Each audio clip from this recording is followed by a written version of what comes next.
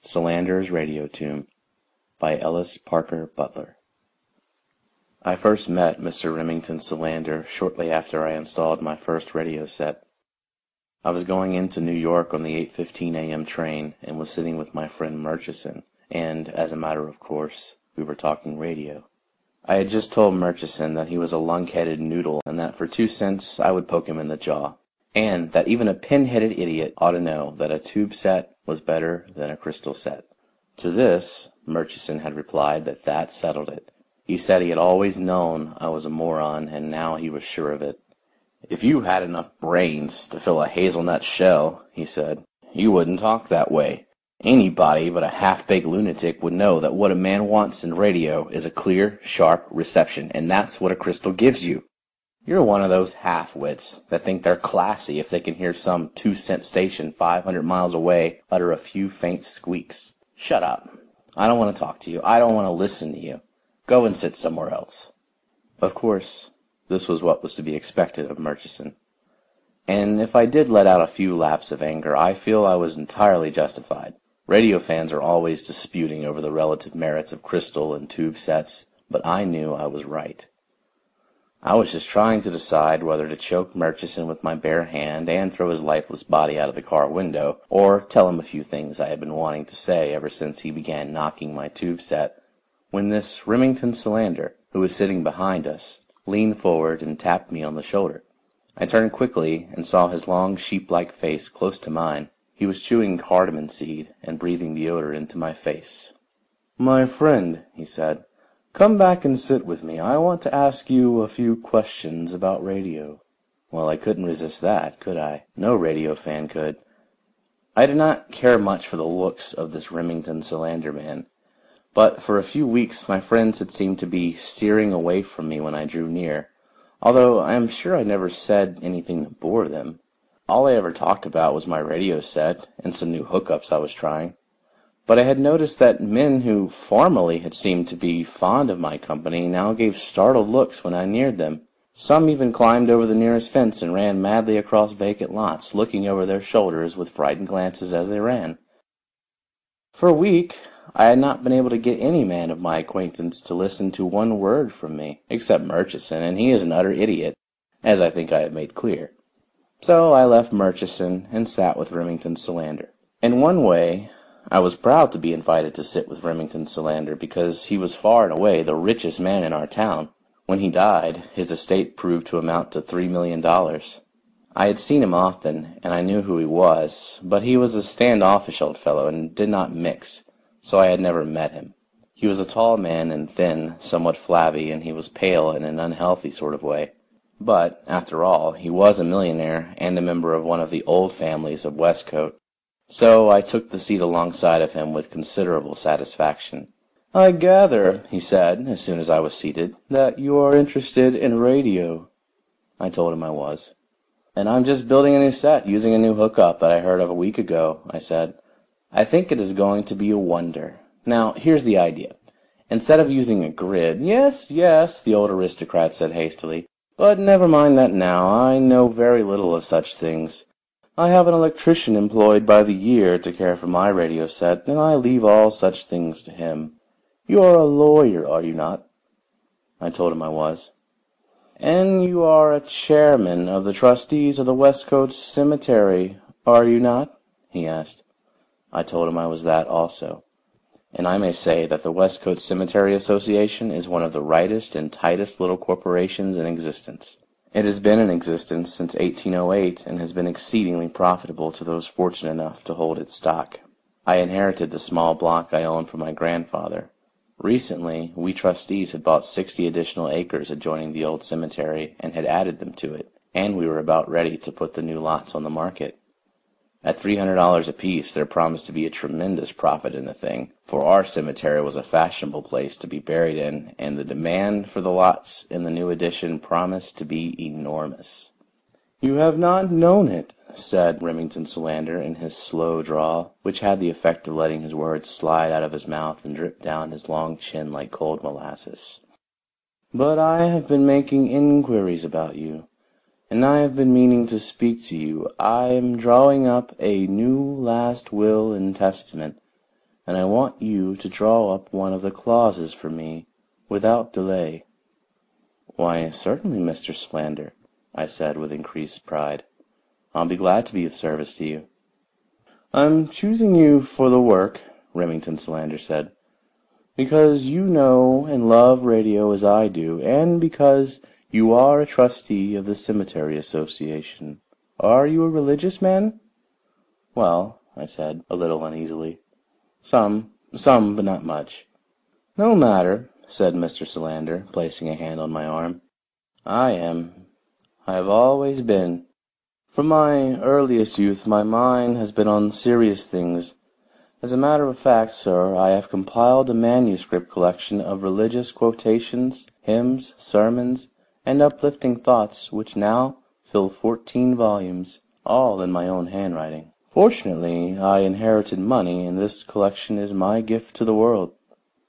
"And a noble one, I'm sure," I said. "Most noble," said Mr. Solander. "But, sir, I have not confined my activities to the study chair. I have kept my eye on the progress of the world, and it seems to me that radio, this new and wonderful invention, is the greatest discovery of all ages and imperishable. But, sir, it is being twisted to cheap uses. Jazz, cheap songs, worldly words, and music, that I mean to remedy." "Well," I said, "it might be done. Of course, people like what they like." "Some nobler souls like better things," said Remington Solander solemnly. "Some more worthy men and women will welcome nobler radio broadcasting. In my will I am putting aside $1 million to establish and maintain a broadcasting station that will broadcast only my 14 volumes of hymns and uplifting material. Every day this matter will go forth. Sermons, lectures on prohibition, noble thoughts, and religious poems." I assured him that some people might be glad to get that a lot of people might, in fact, and that I could write that into his will without any trouble at all. "Ah," said Remington Solander, "but that is already in my will. What I want you to write for my will is another clause. I mean to build in your cemetery a high-class and imperishable granite tomb for myself. I mean to place it on that knoll, that high knoll, the highest spot in your cemetery. What I want you to write into my will is a clause providing for the perpetual care and maintenance of my tomb. I want to set aside $500,000 for that purpose." "Well," I said to the sheep-faced millionaire, "I can do that too." "Yes," he agreed, "and I want to give my family and relations the remaining $1.5 million, provided," he said, accenting the provided, "they carry out faithfully the provisions of the clause providing for the perpetual care and maintenance of my tomb.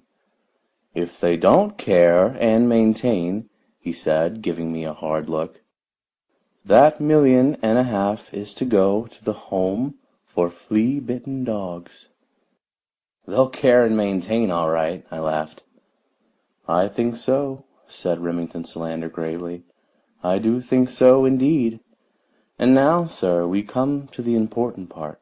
You, as I know, are a trustee of the cemetery." "Yes," I said, "I am." "For drawing this clause of my will, if you can draw it," said Remington Solander, looking me full in the eye with both his own, which were like the eyes of a salt mackerel, "I shall pay you $5,000. Well, I almost gasped. It was a big lot of money for drawing one clause of a will, and I began to smell a rat right there. But, I may say, the proposition Remington Solander made to me was one I was able, after quite a little talk with my fellow trustees of the cemetery, to carry out. What Remington Solander wanted was to be permitted to put a radio loudspeaking outfit in his granite tomb. A radio loudspeaking outfit permanently set at 327 meters wavelength, which was to be the wavelength of his endowed broadcasting station. I don't know how Remington Solander first got this remarkable idea, but just about that time an undertaker in New York had rigged up a hearse with a phonograph so that the hearse would loudspeak suitable hymns on the way to the cemetery. And that may have suggested the loudspeaking tomb to Remington Solander. But it is not important where he got the idea. He had it, and he was set on having it carried out. "Think," he said, "of the uplifting effect of it. On the highest spot in the cemetery will stand my noble tomb, loud-speaking in all directions the solemn and holy words and music I have collected in my 14 volumes. All who enter the cemetery will hear, all will be ennobled and uplifted." That was so, too. I saw that at once. I said so. So Remington Solander went on to explain that the income from the $500,000 would be set aside to keep A batteries and B batteries supplied, to keep the outfit in repair, and so on. So I tackled the job rather enthusiastically. I don't say that the $5,000 fee did not interest me, but I did think Remington Solander had a grand idea. It would make our cemetery stand out. People would come from everywhere to see and listen. The lots in the new edition would sell like hotcakes. But I did have a little trouble with the other trustees. They balked when I explained that Remington Solander wanted the sole radio loudspeaking rights of our cemetery. But someone finally suggested that if Remington Solander put up a new and artistic iron fence around the whole cemetery, it might be all right. They made him submit his 14 volumes so they could see what sort of matter he meant to broadcast from his high-class station. And they agreed it was solemn enough. It was all solemn and sad and gloomy, just the stuff for a cemetery. So when Remington Solander agreed to build the new iron fence, they made a formal contract with him, and I drew up the clause for the will, and he bought 6 lots on top of the high knoll and began erecting his marble mausoleum. For 8 months or so, Remington Solander was busier than he had ever been in his life. He superintended the building of the tomb, and he had on hand the job of getting his endowed radio station going. It was given the letters WZZZ, and hiring artists to sing and play and speechify his 14 volumes of gloom and uplift at 327 meters. It was too much for the old codger. The very night the test of the WZZZ outfit was made, he passed away and was no more on earth. His funeral was one of the biggest we ever had in Westcote. I should judge that 5,000 people attended his remains to the cemetery, for it had become widely known that the first WZZZ program would be received and loudspoken from Remington Solander's tomb that afternoon. The first selection on the program, his favorite hymn, beginning as the funeral cortege left the church, and the program continuing until dark. I'll say it was one of the most affecting occasions I have ever witnessed. As the body was being carried into the tomb, the loudspeaker gave us a sermon by Reverend Peter L. Ruggis, full of sob stuff, and every one of the 5,000 present wept. And when the funeral was really finished, over 2,000 remained to hear the rest of the program, which consisted of hymns, missionary reports, static, and recitations of religious poems. We increased the price of the lots in the new edition $100 per lot immediately, and we sold 4 lots that afternoon and 2 the next morning. The big metropolitan newspapers all gave the Westcote Cemetery full-page illustrated articles the next Sunday, and we received during the next week over 300 letters, mostly from ministers, praising what we had done. But that was not the best of it. Requests for lots began to come in by mail. Not only people in Westcote wrote for prices, but people away over in New Jersey and up in Westchester country, and even from as far away as Poughkeepsie and Delaware.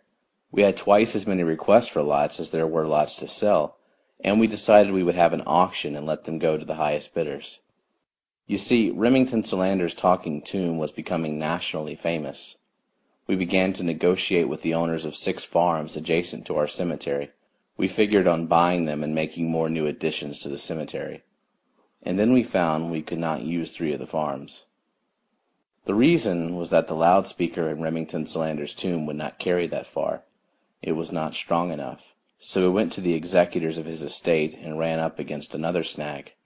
Nothing in the radio outfit in the tomb could be altered in any way whatever. That was in the will. The same loudspeaker had to be maintained, the same wavelength had to be kept, the same makes of batteries had to be used, the same style of tubes had to be used. Remington Solander had thought of all that, so we decided to let well enough alone. It was all we could do anyway. We bought the farms that were reached by the loudspeaker and had them surveyed and laid out in lots. And then the thing happened. Yes, sir, I'll sell my cemetery stock for 2 cents on the dollar, if anybody will bid that much for it. For what do you think happened? Along came the government of the United States, regulating this radio thing, and assigned new wavelengths to all the broadcasting stations. It gave Remington Solander's endowed broadcasting station, WZZZ, an 855-meter wavelength, and it gave that station at Dodwood, station PKX, the 327-meter wavelength. And the next day, poor old Remington Solander's tomb poured forth, "Yes, we ain't got no bananas," and the hot dog jazz, and if you don't see Mama every night, you can't see Mama at all. And Hank Tubbs and his funny stories like, well, one day an Irishman and a Swede were walking down Broadway, and they see a flapper coming towards them, and she had on one of them short skirts they was wearing, see? So Mike, he says, "Give jobbers, oh, I see a peach." So the Swede, he says, looking at the silk stockings, "Maybe you been see a peach, Mike, but I been see you mighty nice pair." Well, the other day I went to see my mother-in-law. You know the sort of program. I don't say that the people who like them are not entitled to them, but I do say they are not the sort of programs to loudspeak from a tomb in a cemetery. I expect old Remington Solander turned clear over in his tomb when those programs began to come through. I know our board of trustees went right up in the air, but there was not a thing we could do about it. The newspapers gave us double pages the next Sunday. Remington Solander's Jazz Tomb and Westcote's Two-Step Cemetery. And within a week, the inmates of our cemetery began to move out. Friends of people who had been buried over 100 years came and moved them to other cemeteries, and took the headstones and monuments with them. And in a month, our cemetery looked like one of those great war battlefields, like a lot of shell holes. Not a man, woman, or child was left in the place, except Remington Solander and his granite tomb on top of the high knoll. What we've got on our hands is a deserted cemetery. They all blame me, but I can't do anything about it. All I can do is groan. Every morning I grab the paper and look for the PKX program, and then I groan. Remington Solander is the lucky man. He's dead. End of Solander's Radio Tomb by Ellis Parker Butler.